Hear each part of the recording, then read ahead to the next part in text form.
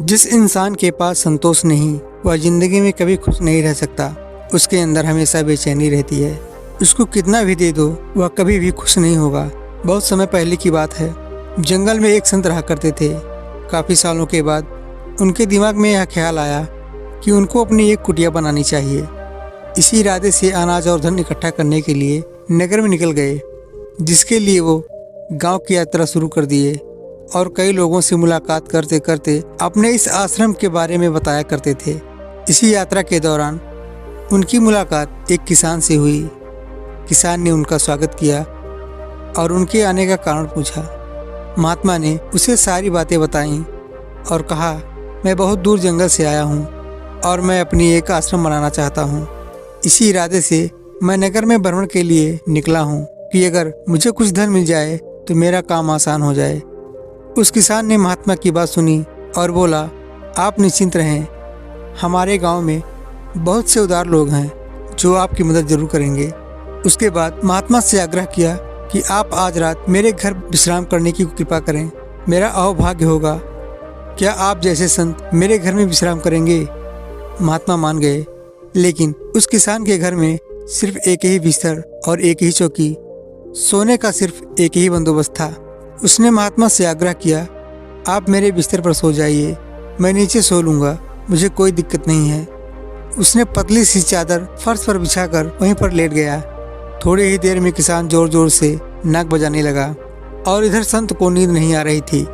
दरअसल उनके पुराने आश्रम में एक मोटा गद्दा था, जिसे किसी ने दान में दिया था। महात्मा को उस गद्दे पर सोने की आदत थी। उस गद्दे पर वो आराम से सो जाते, लेकिन आज किसान की चौकी पर कोई मोटा गद्दा न था, इसलिए रात भर उन्हें नींद नहीं आई। रात भर उस किसान को देखते और सोचते रहे कि आखिर कैसे निश्चिंत होकर अपने फर्श पर सिर्फ एक पतली सी चादर बिछाकर सो गया। अगले दिन सुबह हुई, किसान उठा और महात्मा का चरण स्पर्श किया। महात्मा से पूछा कि आपको कोई दिक्कत नहीं हुई? महात्मा ने बोला, नहीं, मुझे कोई दिक्कत नहीं हुई, लेकिन मैं तुमसे एक बात पूछना चाहता हूँ। तुम बिना किसी बिस्तर के इस फर्श में कैसे सो जाते हो? तुम्हें नींद कैसे आ गई?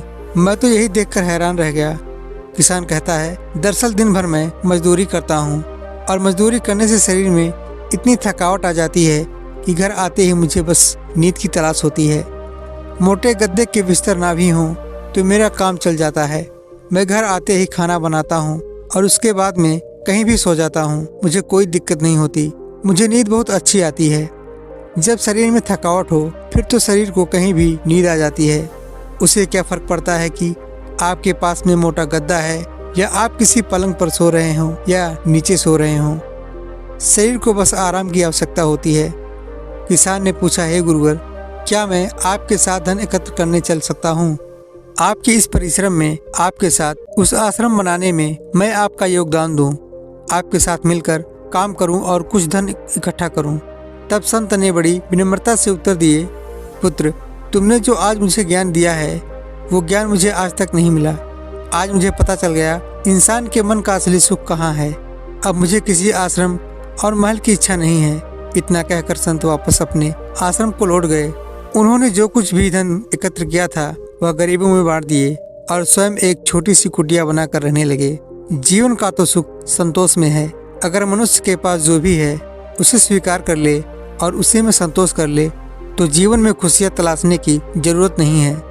वह उस क्षण का सारा सुख उसी वक्त अनुभव कर लेगा।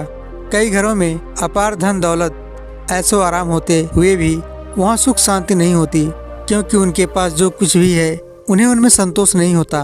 कहते हैं, जिन्हें दूसरों की थाली में घी ज़्यादा दिखता है वह खुद भी नहीं खा पाते।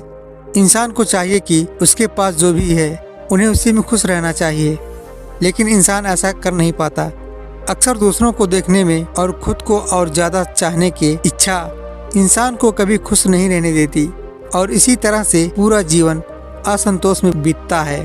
अतः संतुष्टि ही जीवन का मूल मंत्र है।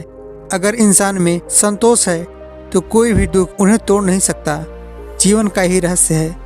आपको ये कहानी कैसी लगी हमें कमेंट करके जरूर बताइएगा और वीडियो को लाइक करके चैनल को सब्सक्राइब जरूर कीजिएगा। धन्यवाद।